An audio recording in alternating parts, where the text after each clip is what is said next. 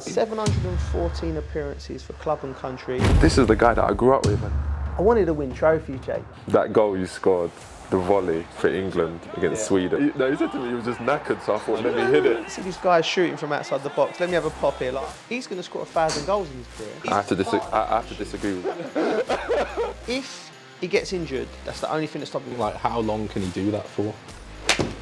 Of course I'm taking that. I'm going to get better than that, am I? It's a solid goal. Welcome everyone, this is OuttaBoundz. I'm Trey Niven, golf professional.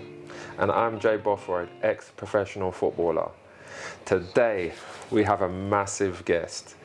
In my opinion, he's the best British talent we've ever had. And I can't wait to speak to him. 3 Premier League titles, 2 FA Cup winners, 1 League Cup, many England caps. I can't wait for this one. So Joe, I want to go back to like when I first met you, really. Yeah. I'll be honest with you, I remember as little boys, you probably won't remember, but I remember I was at Market Road doing some kind of game, and I just see you turn up from the halfway line. You was juggling the ball on your head all the way across the pitch. I was like, what? Who's this guy? Then about, I don't know, maybe the weekend after we had a game, we kicked off and then you rainbow flicked it over this black guy's head, and I'm like, oh, okay. I'm scoring some goals this season. Was that the game? Was that the game when we played against the Year Up, like a trial game? Like, I think it might have been actually. I think it was. Yeah. So we played. I think we beat them as well. We was a really good team, but it's like it was all Danny Boateng and all them boys, wasn't it? And Neo, do you remember? Neo, yeah, they were good players as well. But we had a special team, didn't we? There was like me, you, John Alls. Who else played? Ellis. A lot of Paul players Ellis. went. Alan Dunn. Alan Dunn. He had a good career, didn't Mate, he? Alan Dunn was like, he was listen, we were such a good team. He wasn't one of the better players. No, he just forgot about it. He was just he was a right back. Not making up the numbers, but he was solid. Yeah. He was solid. Yeah. But no one talked about him because it was like Joe doing the madness in the middle of the park, dribbling around like 100 players, and then there was me that was scoring goals. Yeah, it was. Yeah, we had a wicked team. Yeah, I'm surprised. Like when you think about it, like everyone was at a club. You was at Arsenal. Halsey's at Arsenal. We was at West Ham. Me and Francis, the lads at QPR. Like I don't think district football is like that anymore. Yeah. But like where we used to take teams apart, didn't we? It was good. I don't remember. I'll be honest with you. I don't remember losing games. I don't think we lost the game for like 3-4 years. Yeah. I tell you one game we did lose. I don't remember losing the game together from when You went away to Lilleshall, didn't you? Yeah. And I remember we lost against Liverpool Schools in the final. In the final, yeah. How old would you have been at the time? How old would you have been? Yeah, what would you have been then? Like 14 well, we or something? started like 13? I reckon under 12s we started and it finished as under 16s. But I only played for 2 years because I went to Lilleshall. Yeah. And but like, do you know how good that team was? I went to Lilleshall to play with the national team, like, which was England, effectively. England at the time. And I think our district would have given us England a good game. Of course, when you think you had you, John, Bino Francis Burke. Bino was quality. Like Mehmet Ellis, Ricky Alexander. Like we had a good team there. Who's in midfield? Oh, Terry McMillan. Terry McMillan. He's carrying a bit though. Yeah. But no, so I remember that, and then obviously Mark Shirley. Yeah, he was at Mark Wimbledon. Shirley. Does his name Terry? No. Terry McMillan. No, there was another Terry as well. Played on the left wing, quick. Yeah, that must have been after my time. No, I think you must have gone, but he was pretty good as well. Yeah. Jay Murray. Tony Webster. Tony Webster. Yeah, Tony Webster. Yeah, not Terry. Tony Webster. Yeah. Yeah. That's it. He was rapid. He was at West Ham as well. Yeah, so like everyone was at a pro club. Yeah, it's mad. So like it was when we used to play games, we used to like turn up and be like, yeah, we're gonna win this. Yeah, just knowing it straight away. Like we didn't even go. I don't remember warming up. No. We used to just go out there and just kick balls at the goal, get in goal. What's his name? Mehmet and Gary Bedford. And, you know, we used to smash That's what balls. you do now, isn't it? Well, it is now. Yeah. That's what I got. Has he told you about his goal? Has he told you about his goal from the halfway line? No. Really? That's unlike you, Jason. No, I just kept it quiet, man. I just kept it quiet. I want us to get him in extra time. I think I saw the video. Was it a video? Yeah, it was on Twitter. Yeah, I did see that. It was a proper goal. It was a proper goal. Yeah. But then obviously you went to West Ham and like we broke up obviously. Yeah. And for me at the time, West Ham was our biggest rival. Yeah. You know, again, it was like Arsenal and West Ham. We didn't really play you that much, but when we did, it was always like a close game. Yeah. And I remember you playing for West Ham, and it was just like, you've like gone on again. Yeah. You know, I don't know if it was Lillishall, but I remember when you came back to play for West Ham, I was like, wow, like he could really go and play in the first team now. Yeah. And it wasn't long before you did, was it? Yeah, no, it was.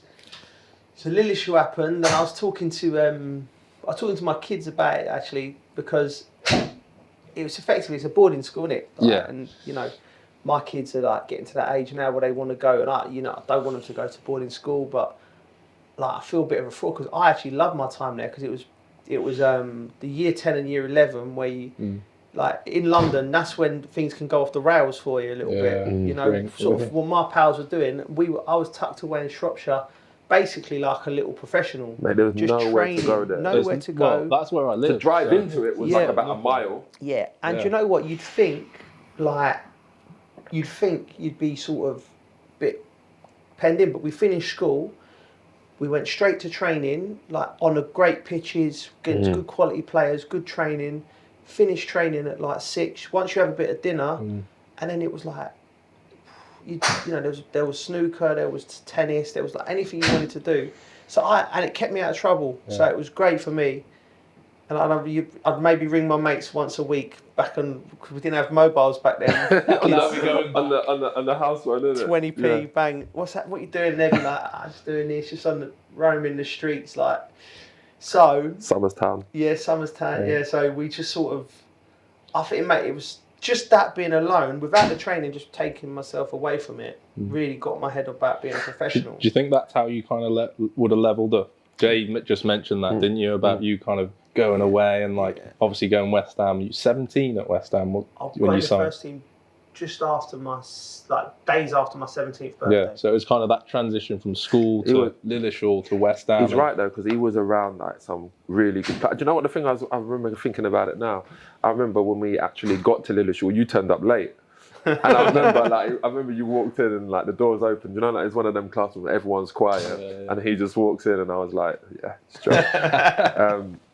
But then I was gutted with that, you know, because I remember we played them games before you got selected for Lillishall, and I scored like in about 5 games. I think I scored about 12 goals. Would you have gone? Was in my team. Yeah, would you have gone? I definitely would, mate. When I got the letter, I thought I was definitely in, because I thought I've scored goals. I remember Army, Ian Armstrong was at Liverpool, wasn't he? He was in my team, and he was like, "You're definitely in."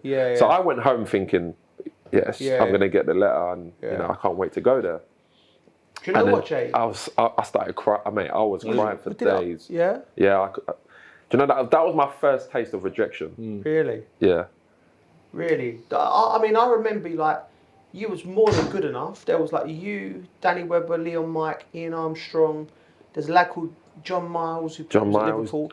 Everton. Yeah. So like there was like six forwards. 90. Leon Knight. Well, you was Yeah, so it was like Jermaine Defoe. Defoe, like all of the same age. You know. So, but like you was more than good enough.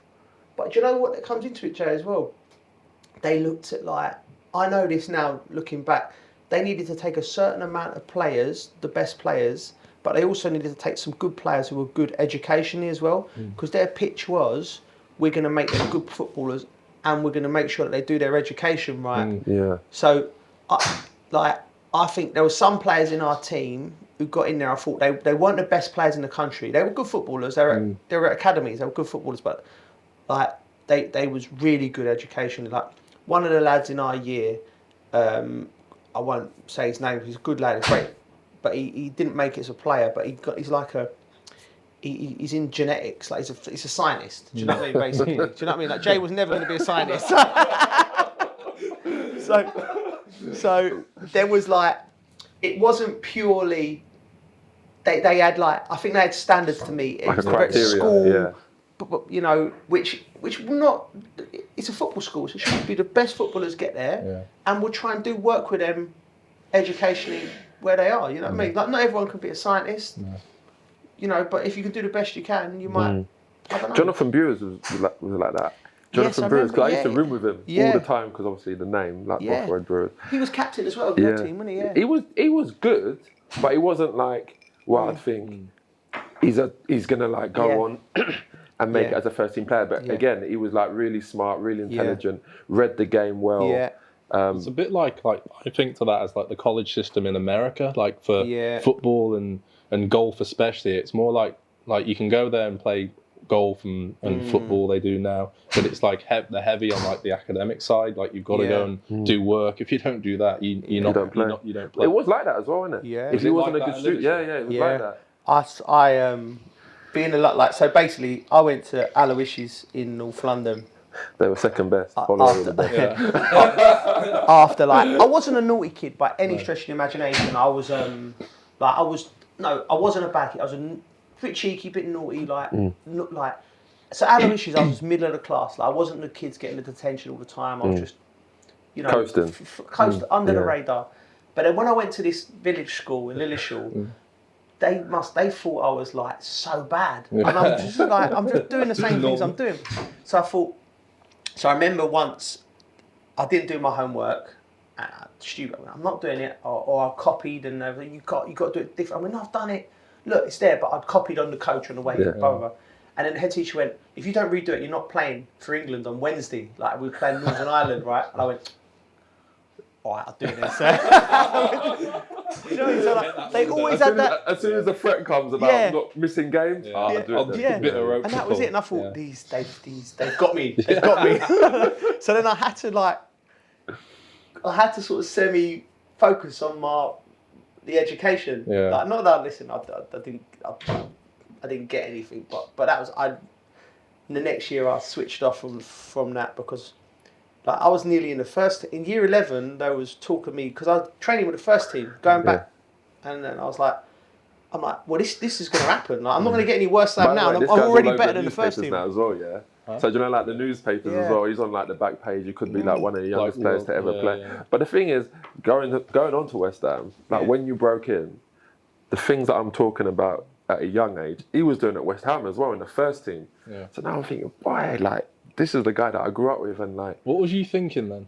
Obviously, you were growing up. To be honest, I was all like, I'm not a jealous person, so I was always like really. I know he's, George, your dad. Yeah. He used to he had a fruit and veg stall. But he used to come past my bus stop, so sometimes he used to drop me on the way to school as well. So I know Joe's family. Yeah. But I was really happy for you. Yeah. But I remember your games that you played in, and it's almost like you took playing with like youth players to then. Against men, and obviously you were smaller, and you hadn't developed yet, but you was sharp, like razor sharp, as in he'll do a step over and then he's round you and he's gone. That's it. Yeah. And I remember a goal you scored. I can't remember if it was Leeds or Man U, but Rio was playing. Yeah. And I remember you took a touch like back, and then you crushed it, and then just knocked it past Rio, and then like put it in the corner. Yeah. And I'm just thinking, wow, like. He's really, really gonna go on here. But you had a good West Ham team as well, didn't you? Yeah. The first team, like it was great. I look back fondly on them times, like great guys. Like we had a fun. Like West Ham's always seems to be a club that's close to doing something great, and we had great players. With like when I first got into it, we had one of your heroes, Ian Wright, coming to the end of his career, 36, 37. Then we had Rio. Frank, who were like 20, 21. There was me, who was 17. And we had like so many, Neil Ruddock, like characters. So like, I love coming in there and they really welcome me. You know, like you hear stories of players coming to the first team and it being a bit sort of, especially in our day, like maybe a bit kicking off. There was a bit of, I'll be honest with you, there was a bit of bullying. Yeah. But in a way that was like, you couldn't muck around. Yeah. As in, when I first started training with the first team, I'm trying to nutmeg players and all that kind of stuff. And then you've got people like Keown and Adams that are like, what are you fucking doing? What are you doing? Putting you in your place kind of thing. Yeah.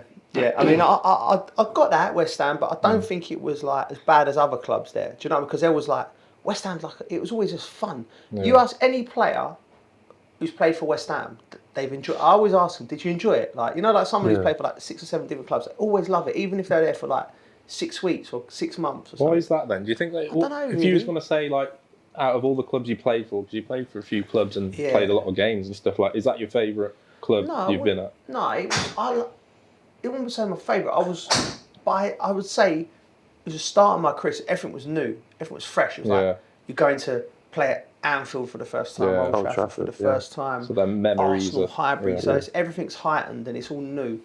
And plus, I had a lot of younger players around me. So I had Carrick, that's what I was saying. Defoe came in, didn't he? Rio. So we're all sort of, you always got like someone with you, you know what I mean? Like, even if it's like me and Carrick would go to a game, we'd room together back in them days. You had to have a room. The roommate, you couldn't have a room by yourself. Like, now you can, but before, there's no way you're room, especially young players. Who makes the room? Who decides the rooms then? If you team in with somebody? I don't really know, really. Like, I just got like, they just put me and Carrick together. We would have chose each other anyway. Yeah. But like, I think I used to think it was good, like, because you'd be there. Just remember, there's no phones. You know, so you can talk to each other. You talk to each other. You talk about the game. You know, we watch. What was it, Friday night? The Jonathan Ross show. That was it. So who's on tonight? Like, we're there, bang. Yeah. He put the kettle on, make the tea. Do you know what I mean? You know, that was it. That was it. Yeah. You talk more. You know what I mean? I'll tell you one thing that I'm interested in, Joe. I don't know if I've ever asked you before, but who was the player that you most looked up to when you was coming up? Because I looked at your game and there was no one really. You know, like now you see like Ronaldinho and Neymar flicking it over people's heads. Like there was no one that I was really like, where's he learnt that from? I know.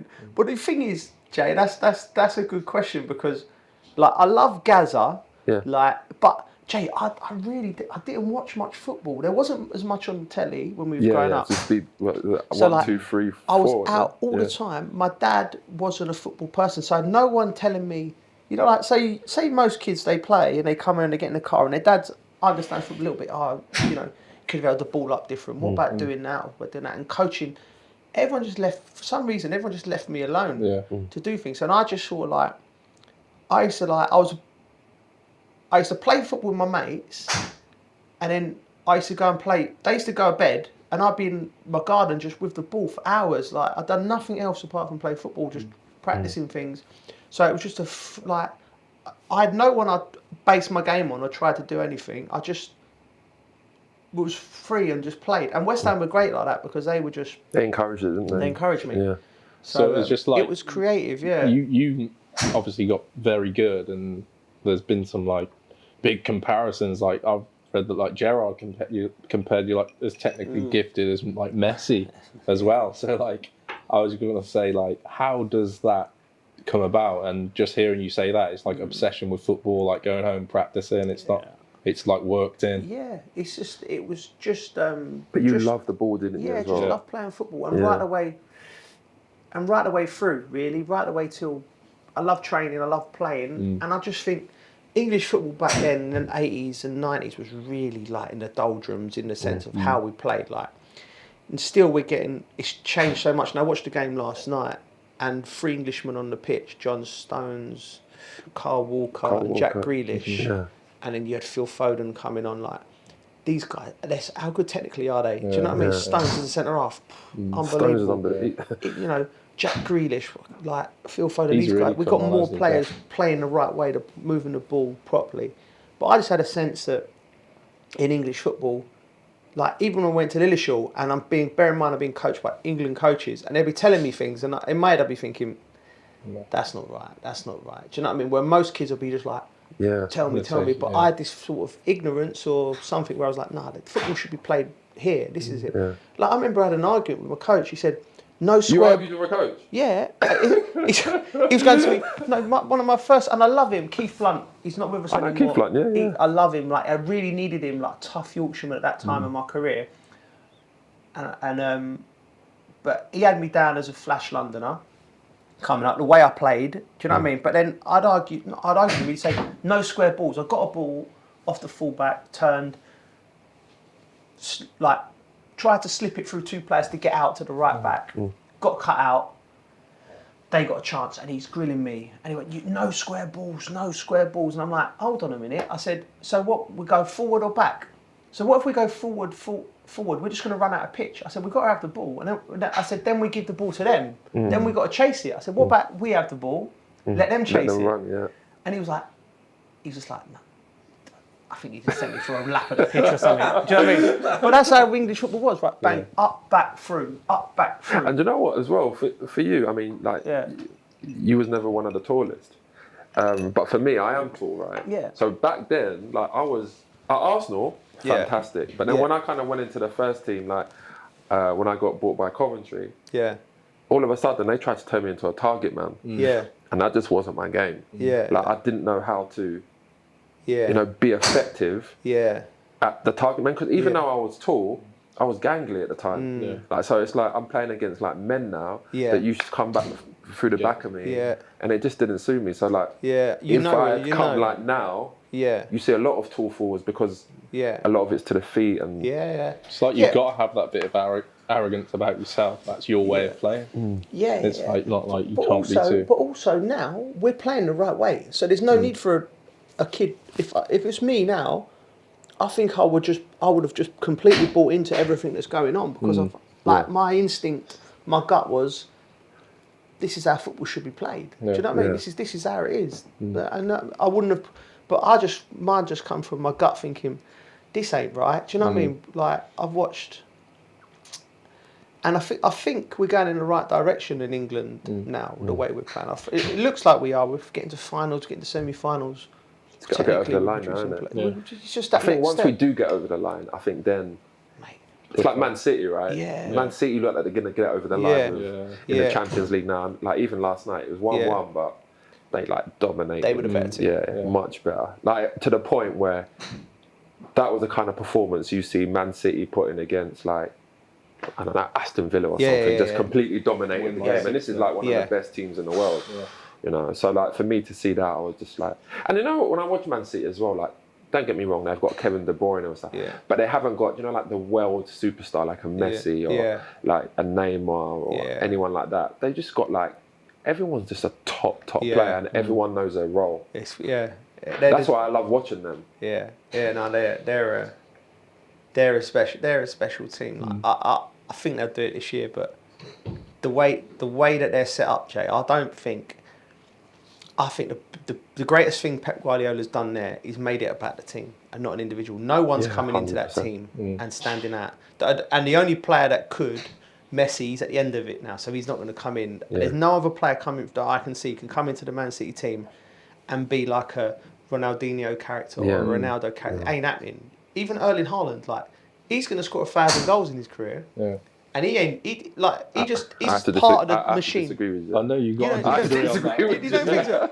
No, I've had a lot of pushback on this, but I'm sticking with it. I think he'll score 1,000 goals. But you're looking at Haaland today as he is a 21-year-old or 22-year-old. What about when he has injuries? What about when he loses his pace? If he don't, let me put a little asterisk on it. And he needs service. If he gets injured, that's the only thing that stops him, because I think he's clever enough to score goals like Zlatan. Like you see, he's a box player as well. I've not seen a striker. I know why you don't giving him the flowers that I'm giving him the flowers, because you want him to be like I like all the skill. You like I like technique. I know. But I'm just saying, this guy's a machine. No, he's a machine, and I admire him for what he is. I admire him for his game. I admire him for his discipline. Like the fact that he can go throughout. Do you know how hard it is to go throughout a game, touching the ball 9 times, and then you get a chance and it's bang, and he scored it. Like for me, if I'm not touching the ball, I start getting frustrated. I feel like I'm not involved in the game. So I admire that part, but I just feel like when he had his slump this season, Kevin De Bruyne had his slump. Man City kind of had this little bit of a slump. And I feel like a player like that, he's always going to need service. Like the comparison I would say is, if you put Haaland at Tottenham, is he going to score goals like Harry Kane has? Ooh. I don't think he would. Really? No, I just don't think he would, because they don't create. I just don't think Tottenham create enough chances for him to go and score that many goals. Like, and you look at Harry's goals, he'll beat a couple of players and score from like 15 yards. He scores from wide areas, headers, left foot, right foot. And I think he will be one of the best goal scorers ever. But I don't think he will be one of the best strikers ever or forwards ever. Best player. I can agree with that. I agree with that. Like, I don't think say we fast forward 15 years. He's 36. He's not scored. He's not got injured. He's scored 40, 50 goals a season. He's on the cusp of scoring 1,000 goals, right? Because that's the numbers, the maths. He has to do that every season. Yeah. Mate, 50 he's goals every 51. season. He's still got 7 games to go. And we don't even know how many has he scored for Norway this year. Do you know what I mean? So I don't know. I'm talking international and club. Yeah. Right? So I'm like... With a player... I still wouldn't have him down as like... Yeah, I agree with you. He wouldn't be one of the best players in the world. Like, he's not a Zidane or he's not a Messi. Forwards even ever. If he scores forwards ever. If he scored that many goals, he's got to be in the top 5 forwards. With a player like because that, that's his job. I always think like, how long can he do that for? Like, obviously he's having a ridiculous season. Yeah. But that's what he's got to do. Yeah, that's what he's got to do. Have a great season. That's what I'm excited. But what have we seen in his mindset where it's not? The only thing that can stop him is injuries because he's like. I see the image of him walking down Manchester High Street the other day. He did it with purpose. Someone filmed him. Like, he was only going for a coffee. He was like, he was like everything he does, he means it. And I just think his dad's been a player, so his dad can guide him as well. Can ground him. You know, so I can't see like he doesn't look like the kind of lad who's going to go off the rails a little bit and enjoy.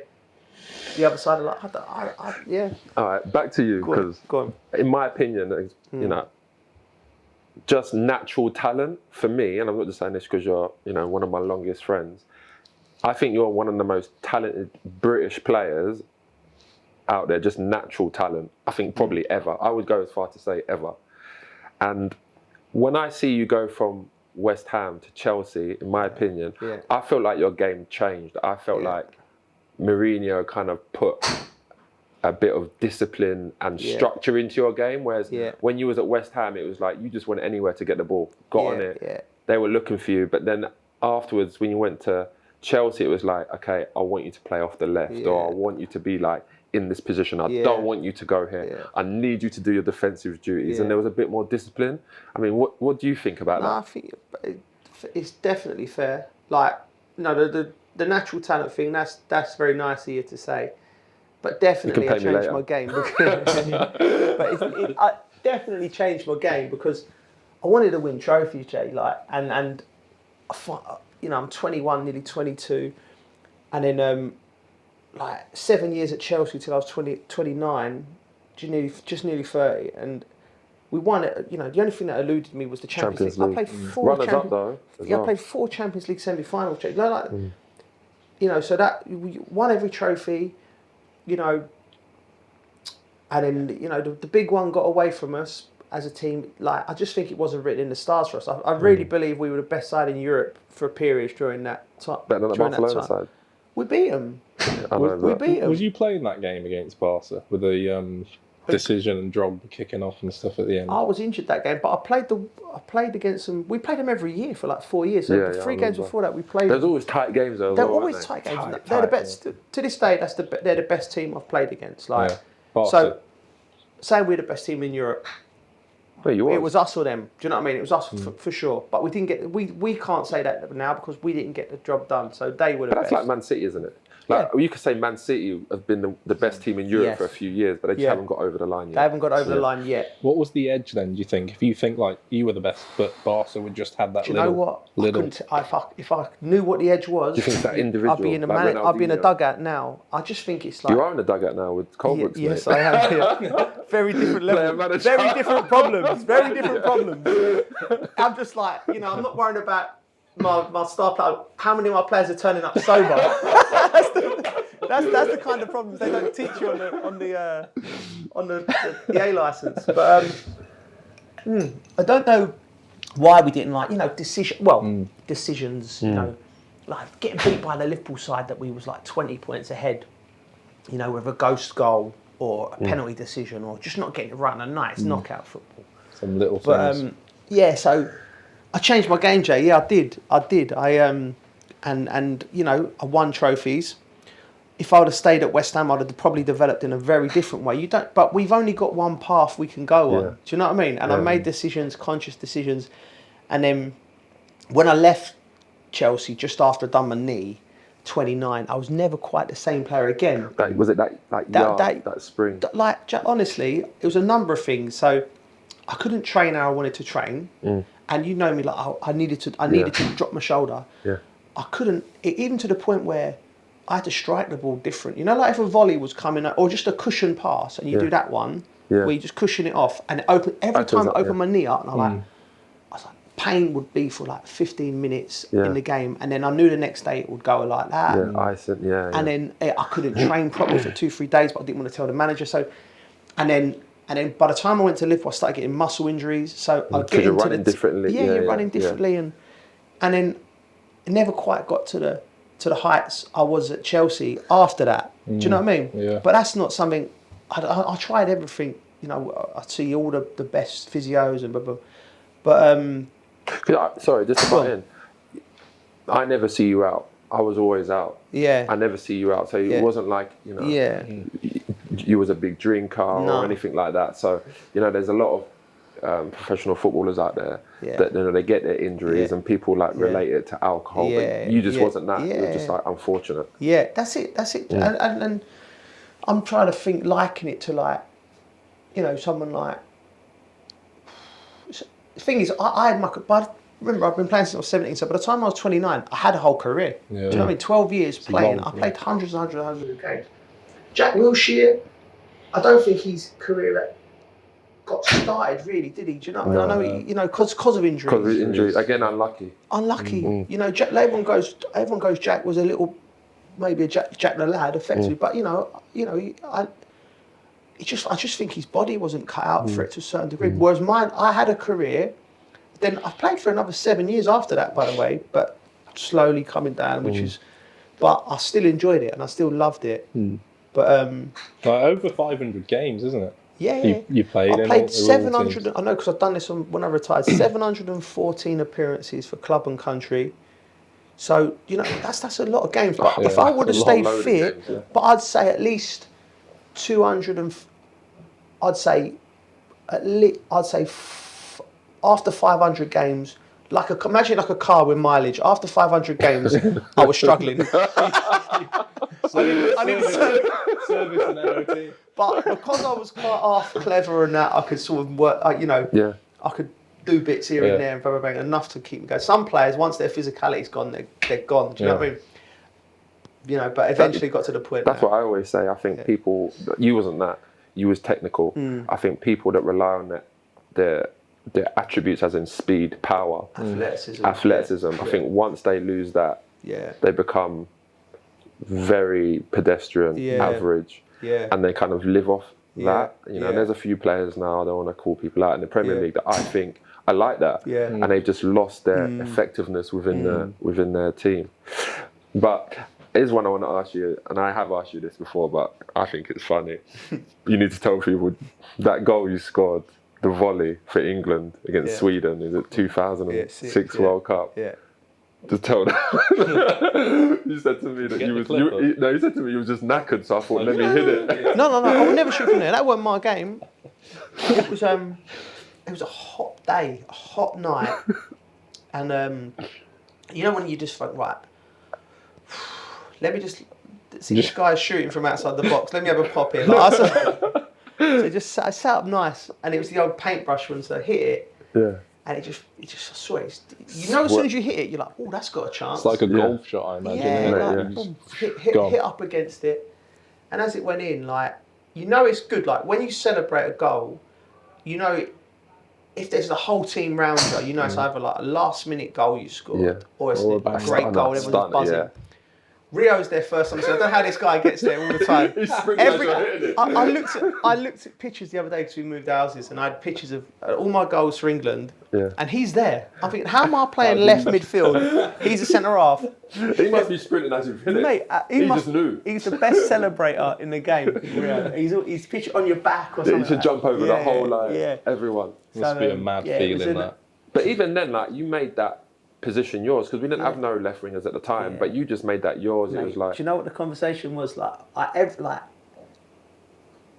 be playing there and I'll be right, okay, left of the four, I'm going, and this is how bad we was at how we fought football. No, we needed a left footer. We needed a left footer on the left. Crosses, we need a left foot on the left. And I'm like, well, one, I can cross it with my left. Like you're making out like I'm some wooden footballer. Do you know what I mean? I can go both ways, not a problem.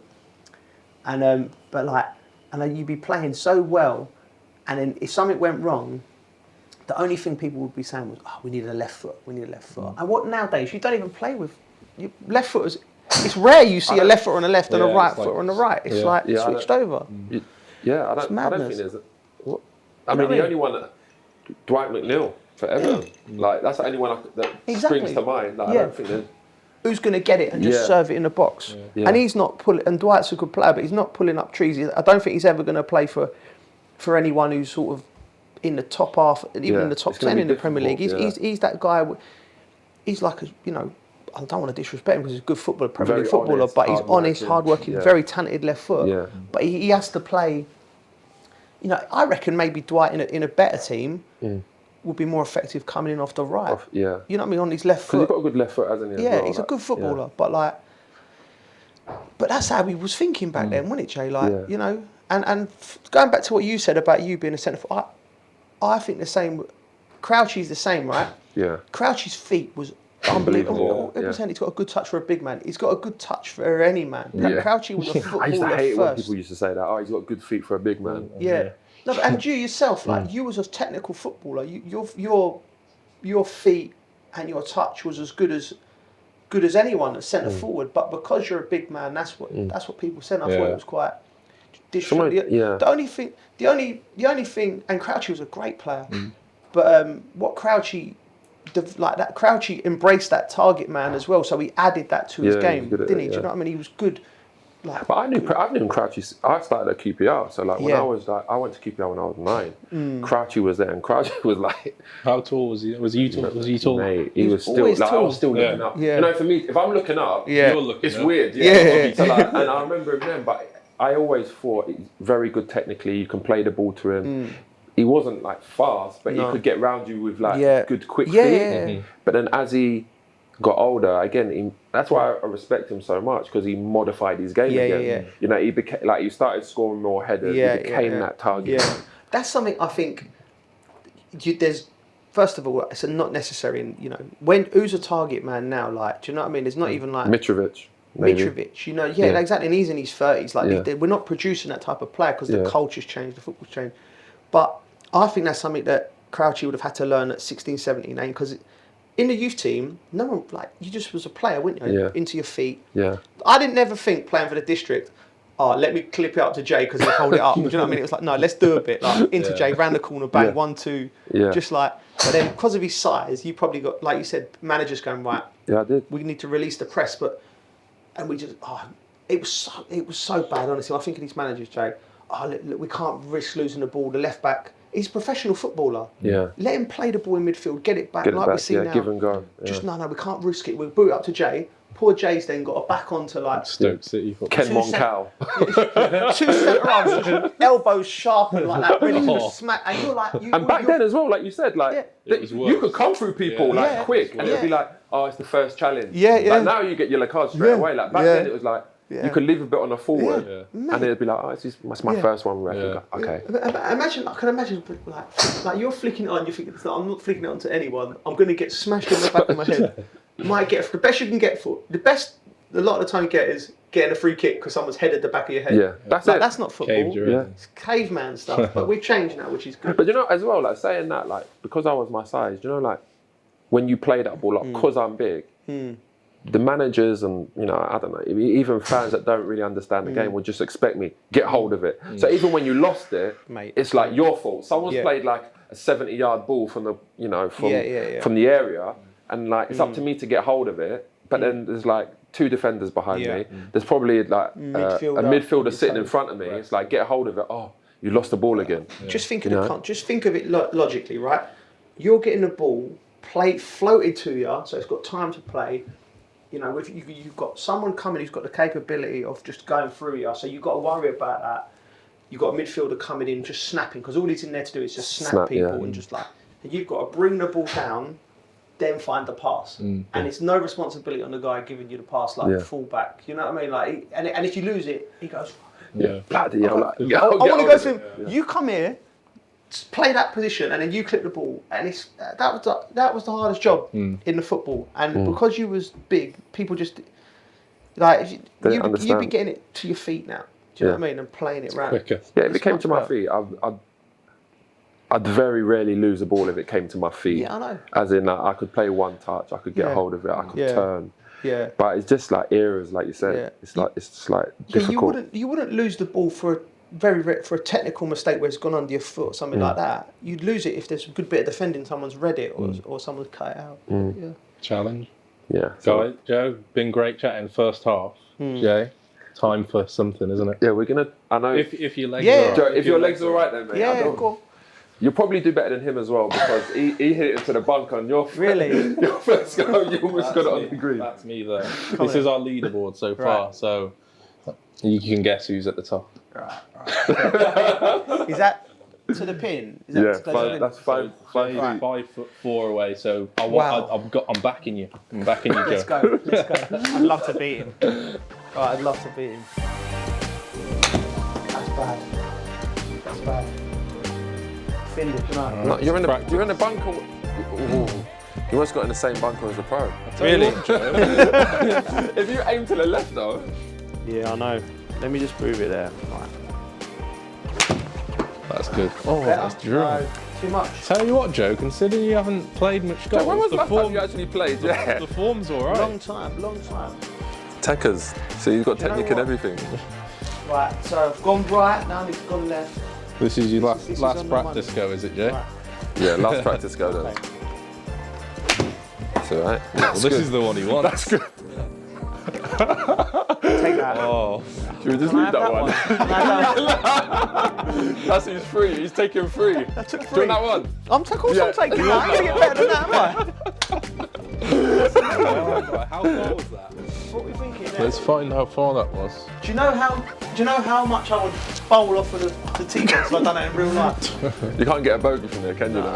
That's the thing. Exactly. That's all I want. I'm done. Joe, that was 9 feet. Is that 9 feet? 8 foot? That is. I can't read that. 10 foot 3 inches. Okay. Is it? No, it's 21 foot. Sorry. I'll take it. That's good. That's That's a solid. that's two that putted. is a solid golf shot. That is a solid golf shot. Beat me as well. I'm happy. I'm delighted. We have one right, one left. Okay, now down the Straight in the centre. middle. That's it.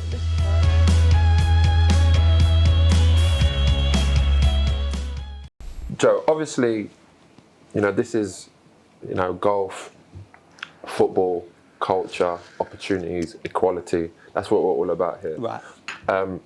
And you came from, pretty much the same area as me. Yeah. And I was saying that the only thing I knew about golf was there was some shabby driving range at King's Cross. Yeah, and I didn't even see that until I remember Halsey was like, do you want to go there? And I was like, mate, I didn't know about it. And then obviously Tiger Woods came out. Yeah. And what I want to ask you is, because, you was at Lillishall, like you said, your kids are going to like good schools now, private schools. I don't think there's enough opportunity for kids to really see what they're good at. Yeah. So when we went to school, it was just like football, rugby, swimming, and cricket. Did I say cricket? Sorry. That's all there was really. Yeah. And like we've been talking, and You did cricket at Holloway. I didn't. I didn't do cricket. I used to. If I was batting, then yeah. But as soon as I was bowling, mate, my calf's a bit tight. But no, we was talking with Chris Hederman at Adidas Golf, and a guy called Ray does British Black Golfers. Yeah. And we were saying that there should be more opportunities for kids in schools to see what they're good at. So, for example, golf could be one. I know it's a middle class sport, but just taking like one club, and just letting kids try, it could be beneficial because then people that don't know they're good at something has the opportunity to see if they are good at it. Yeah, I agree with you, man. And on a bigger picture than that, I think kids, like especially the youngsters, like especially coming through the pandemic, what we come through, when it's clearly to see like what we've been through, being healthy, getting vitamin D, going outside, eating good food, was saving that was what was saving lives more than anything else. And it wasn't really kids. I think from a young age, physical education, what's right to eat, opportunities to play different sports, because some kids might not like rugby, they might like long jump, or they might like something, or anything. Golf. There might be a kid who's not very physical, but he's really good at golf. So there needs to be opportunities, not just like, oh, look at us, we're really nice, we're going to help some inner London kids or the inner city kids to help out doing it. They need, for the whole of society, we need healthy generation. So playing all sports, and golf's as good as any for, walking 18 holes of a golf course is great healthy, exercise. exactly. It's healthy, and you're giving them opportunities. Yeah. So when I went to the kind of schools my kids are going to, they do everything. They even do fencing. He'll tell you. If they did fencing. Do you know what I mean? It's like it needs to be spread out. And it's listen. I know maybe space is sparse in London and places, but if it ain't golf, it's got to be something else. But they need opportunities, 100%. I think golf's one of them as well. Obviously, it does tailor to kind of a certain individual or a certain background as well. Like football here, like anyone can play it. It's not expensive. You get people from all walks of life, everywhere in the world. In America, you got like basketball, like everyone's playing it. I think golf's one of them that it's not really covered across all kind of corners. That's what we speak. Yeah. So we've always said like, golf is like, I look at golf.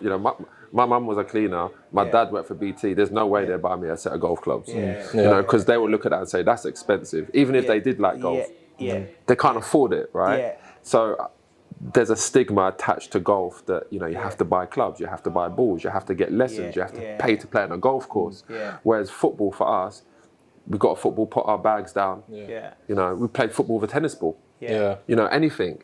But that's why I feel like now in today's society, there's not enough opportunities for kids to actually realise their potential at anything they want to do. Exactly. I agree with you, man. And going back to like inclusivity as well, when Tiger Woods come on the scene as a black man playing golf in them days, it was like, do you know what I mean? That changed the now, because you just, back in them days, you just thought of golf as like a white middle class sport. Do you know what I mean? He just gone right, but so like the inspiration he gives to everyone for doing that is incredible. And what was it like in football then? Because obviously, especially like, West Ham and especially Chelsea, from my early memories, obviously you've got like Didier, you've got like Malouda and all these people from different like countries, like in the dressing room. What was that like music and the culture and stuff like that? Do you know what? Like, I think football gets people from the outside get a bad rap. I think footballers are some of the most welcoming, individual. I remember Mark Vivian Foe, bless him. He lost his life for the heart thing, but he come in. He was an African player. He used to come in like he's I don't want to trip up on the word of it, but it was his local dress. Like gown or something. Gown, do you know what I mean? And like, it's got a name, where we're from, like, someone done that, you just take the piss. My friend's Nigerian. Do you know what I mean? When he used to dress up to go to church on a Sunday, I'd be like, what are you wearing? But then, you're in there and you're all together, you're a team, and he's your mate. You know what I mean? You learn, and then you had the French boys coming in, so you learn about them and all the different cultures. And then Chelsea, like Drogba and all that, so I think football's like just such a beautiful thing for that, you know what I mean? It takes people out of their comfort zone. I would never have met no one from the Ivory Coast like Didier, do you know what I mean? He was like, I would never, I wouldn't be, I would have met him, but I wouldn't be. Football's like made that happen for you. Yeah, really, it makes it happen. So sport can do that, and all sport can do that, and it should be something that everyone's is welcome for everyone. Do you know what I mean? And I believe football's a great catalyst for that. I tell you what, we've spoken about it, like, and I was saying one thing about sometimes, like, when you speak about golfers try and say, but it's a bit like football in a sense that it's competitive and blah blah blah. But in football, you got teammates, but you're competing against them. I'll be honest with you, like, I have to be honest, like, there was times when I might be sitting on the bench and I'm thinking, the only way I'm going to play here is if he gets injured. So I'm not wishing badness upon him, but if that's going to give me my opportunity, it gets to that. But I think with golf, you just have to rely on yourself. There's no one to blame. And I think that's the hardest thing about it. And, we spoke. Imagine you have to make a putt that's like 10 feet for like $1 million. That that if you miss it, all of a sudden you might end up with what, 600,000 or something, 500,000. Like that is a different pressure. Yeah, like, I play golf now, and like when I stand on the first tee and there's like 5 people there, man, my hands are sweating. I'm feeling it, man. But then in front of a crowd, you just get on with it, don't you? It's like it's easy. And I agree, but I want to throw something back at you there, right? Because like if you've got a job to do at football, like say for instance Tiger Woods misses a putt, he loses the next Open, that's on him. He's got to go live it. Oh mate, do you know what I mean? But if you miss a chance at football in the last minute, your teammates are looking at you like that. Fuming. They're like, how'd you miss that? Yeah. The fans, they're going to let you know Monday morning when we're getting your groceries. Someone might go. Do you know what I mean? So like, it's different pressure. But I think penalties the only similar thing. That must be the worst. I spoke to you about this the other day when Charlton, when we played Chelsea, and they was on their run. And they hadn't lost any games, and I remember we played and we went to penalties, and I just twinged my groin, and like I strike the ball really well, hard, accurate, and I remember Alan Kirbishley was like, "You got to have one," and in my mind I was thinking, I don't really want one, because with a groin it's funny. You take your leg back and you could feel it, and then all of a sudden it changes your technique. It changes your technique. So anyway, I remember I got the ball. I can't remember who was in goal. I think it was Czech though, but I just remember getting the ball from the halfway line, and I'm walking there, and I could just see this big guy in goal, like going like this, and I'm thinking, man, I've really got to put this in the corner. And then I stood there and I started changing my mind. I started like thinking, man, which way should I go? Like normally I'd want to, like whip it away from the keeper into the. I would have told him the left hand. I'd have told him that's your corner. I'd have got in your head on the way. I went the other way. The thing is, I went the other way and I hit it so badly. And he dived over it. It went underneath his body. Mate. I was like, thank God. Mate, but that's the only thing. That's the only pressure that I can, kind of compare to a goal shot. Still ball as well. So like golf's a still ball, but football it's in motion, isn't it? And it's reactive. I think that's the only thing you can kind of compare it to. When we spoke about that. I agree. So what, obviously Joe, now we're kind of in the same industry, but you're big time. I'm at the bottom starting up, but like how was it, again, going into something different, like as a pundit to begin with, how was it for you? Did you feel nervous? Because from my point of view, when I went on the cameras for the first time, I thought it would just be easy. We're just having a chat. But then I got on there and all of a sudden I'm thinking, wow, there's millions of people that's watching this. I can't get it wrong. I can't say something wrong. But I remember you when you first started, and to be honest, like you always came across like how we're talking now. Very clear about what you're saying, but you're not doing big words. You're making it simple for the viewers to understand. It happened by accident, because I finished playing in Tampa. I come back. I went straight into Chelsea, finish off my A license, which I was already doing. I was gonna do the coaching. I was on that route, and then I said, Terry said, look, there's some opportunities here. Why don't you just do it for like 3 months and just see what you like? And then I went into BT, and then they said, right, what about coming in for like some media training? And I just went, I'm not going to do media training, because one, I don't see this as long term, and also I just think to myself, do you know what, I'm just going to be myself. I'm going to be myself, because, and I'll tell you why, because when I see people on telly who I think they're not being themselves, I think you can pick up on it easily, can't you? It's very easy to see, and as much like, and I just it didn't work for me. So say for instance David Beckham, great player, great lad. I haven't seen him since I finished. Whenever my last game with him for England was the last time I see him anyway. But when I watch him on telly, he seems to me that he's very measured and very like he's been trained. Do you know what I mean? Like he's from Walthamstow.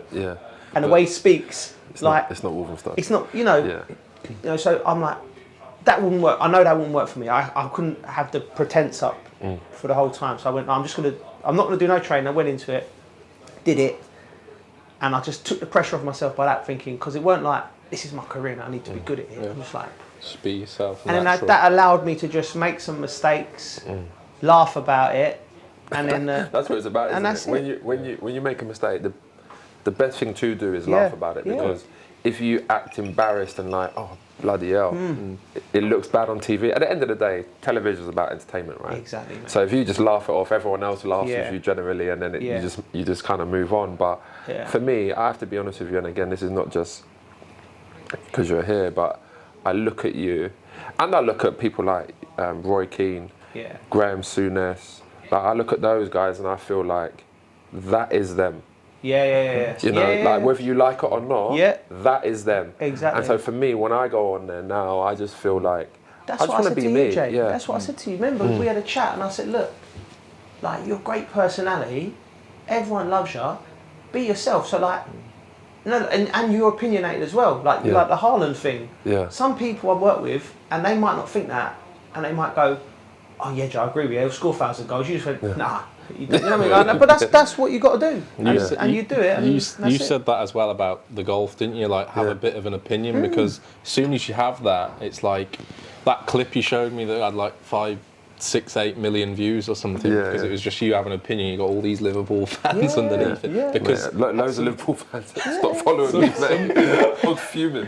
Something controversial like that, it does, like, it gets interest, and it's not you just being polished. It's a bit like, okay, I'm gonna have a bit of a hostile opinion on this. And also, like, if you, you have to. What I am is, when I'm wrong, I'll be like, okay, I was wrong there. Like, explain to me why, and then you can always, mate. Who's never not wrong? That's the problem with the world now. You know, people getting, making a mistake and worried about losing their job or whatever. You're wrong. You're wrong. You can change your opinion. Especially when someone like, I like the eye test, but stats are important in every walk of life, every sport, every walk of life.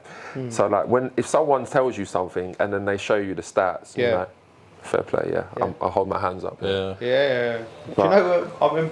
I mean, Balak was he said the best thing I've ever heard. He said he had an opinion about something, and the journalist picked him up on it and said, you said this 6 months ago, and this is what you said, and he went, yeah, that's what I thought 6 months ago. I think something different now. And the guy went, didn't know what to say. It's true though. You can change, right? Well, exactly. So I think that's important as well.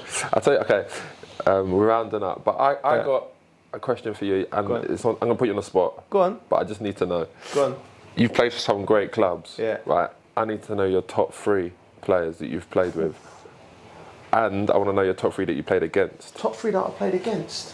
What do you want first? Let's go with the bad news first. The what? The top 3 players you played against. Alright, okay. Mate, I'll throw someone in number 3. Hold on, is this like just top 3 directly against me, or just players on the pitch? Yeah, on the pitch. Like I felt the power. Yeah. Alright, I'm gonna go number 3, prime Samuel Eto'o. Okay. Trust me. Yeah. He was rapid. Yeah. Trust me, this guy. Tall as well, wasn't he? This guy could hurt you from like. Glenn Johnson's rapid, isn't he? A prime Glenn Johnson's strong and rapid. He ran past Glenn Johnson like at Stamford Bridge, and Stamford Bridge is small. Yeah. The ball got played. I just remember, and it's funny how things stick out, because in that game you had Messi and Ronaldinho were playing, and you were trying to deal with them, and he was like almost an afterthought, like, and he got in behind, and I was like, I've never seen anything move so quick on a football pitch as him. Like, and then he's finishing, he's strong. Yeah. He was a great player. And number 2, another in the same team. They're all in the same team, all of them. So it's easy to think. Ronaldinho, number 2, played at the Nou Camp, and I was playing on the right in front of Paulo Ferreira. I think Van Bronckhorst was playing left back, and my job was to deal with Van Bronckhorst. Like, it was very basic defensive tactics. Stay with your man, left back bum. And then through the game, Mourinho's like, you have to go with him all the time, because he's very dangerous. And I'm thinking, he ain't that quick, Van Bronckhorst, so I could be a little bit lax on my duties and cheat a little bit. And Ronaldinho, the ball gets played into him, and Paulo's there, right, bang, we're all my mind up, right, we're all set. Paulo's got in there, like there, and like Mackel is like, he ain't getting out of this. Ronaldinho's gone, he's like to, but he was strong, like he was like Essien strength, right? Bang, he's dealt with it, held him off, like looking round. Paulo's like doing it. And he's reverse Van Brocken's run. I thought he can't get the ball to him. I've let him go, and he's done a flick to him, got him in. He's whipped the cross in, and they nearly scored. I just looked over. Joke. I saw Marino going sick at me. I'm just gonna, and that made me. That one move made me just play as basically another right back the whole game. Yeah. So he's just in front of you now. Just because you couldn't risk it. He could get the ball anywhere. So he was number 2, and then Messi as number 1. I got his shirt. I'll give it to my son. Oh, okay. So you gave it to someone else? No. I give it to my son. No. I give it to my son because he loves it. Yeah. I got it. When he was a young player, he came number 30 or 19. Yeah, I think it was. It might have been a 10. I think this year he's got the 10. 10. Yeah, so the 10 years for him, right? Okay. But he was just and you had to treble mark him. You had to be 3 players around him at all times. It was just something else. What a player! But to be fair, I remember those games. With there was all people pretty much used to say they're boring games because you guys were so organised, and even then when you're organised, it was difficult for the likes of Messi, Ronaldinho, Eto'o to get any joy. You know, so that shows how good you lot were. Yeah, but we knew they were people would say Messi has never done it against Chelsea till he scored at the Nou Camp, but because when you're defending well. Everyone's on Ashley Cole's on him, you're on it. But you just little moments in the game where you felt the power and he'll do something and you just go, wow, bit of an edge. That's incredible. I've got a question, Joe, and this is one that we've done as a junior that I deal with, and there's some stuff with Black British golfers with Ray as well. And he had a question, so we thought we'd give him the opportunity to ask you one. And he said, is there any advice that you would give to a young footballer or sports person that you wish you knew when you were younger? So maybe something that you know now that you'd have told your younger self. What would I say to my younger self? From a football perspective, there's so much in terms of nutrition, how we live and things like that. But I just think stay true to yourself and your beliefs. You know what I mean? Because I think if you do that, if you work hard, all the usual stuff, but if you stay true to yourself and go with your gut on all things, all the decisions I've made in my career, what I've done with my gut worked out, and the ones where I wasn't sure, maybe, whether it be moving clubs and that, they were the ones that didn't work. So, my best top 3 players you played with. Right. That's a real tough one. I've got 2 in my mind, and I'm just it's so hard to pick from. I'm going to go with all forwards because I think players in the forward area of the pitch, centre forwards or number 10s, everyone wants to be a centre forward or number 10, and then they realise I can't get to the level I want to get to. I'll be a holding midfielder or a right midfielder or a left back or a centre half. You know what I mean? So that's where so I'm going to go in 3rd place. I'm going to go with Drogba. Drogba was just in big games. You just knew, technically not great. I'm not going to lie, finishing top level, but in terms of like you said, you could bounce off him, Didier, at times. He'd had them games where you couldn't, the link up weren't great, but he had this magnetism in the box. I've never seen anything like it, just a finisher, a leader. So I'm putting everything on the plate. Drogba's number 3 for me. Now number 2, I'm just going to go with just pure talent. Arjen Robben at Chelsea, mate, so much ability. Rapid, left foot like a wand, like De Bruyne, just passing range. He had the free kick. The only thing that he didn't have, I don't think he wasn't. The right foot was just a standing on. But he used to come inside all the time. You knew he was going to do. But he always used to do it. Unbelievable player. That position. Listen, the only thing at Chelsea, I don't think his body could cope with the demands of the Premier League. Honestly, he would have stayed in the Premier League and just kept getting injured because you can't play a game in the Premier League against Southampton away at 80% because they're still going to test you. But in the Bayern Munich, you're playing against Dusseldorf or someone. I don't know who even in the top league, but and you're Bayern Munich. Arjen needed to be. He was like a panther. Like he'd have a sprint and then he needed to recover. And the best player I've ever played with, and is Eden Hazard. Like in terms of the whole thing, Jay, honestly, Jay, anyone could be in the top 3. Do you know? Any of you know.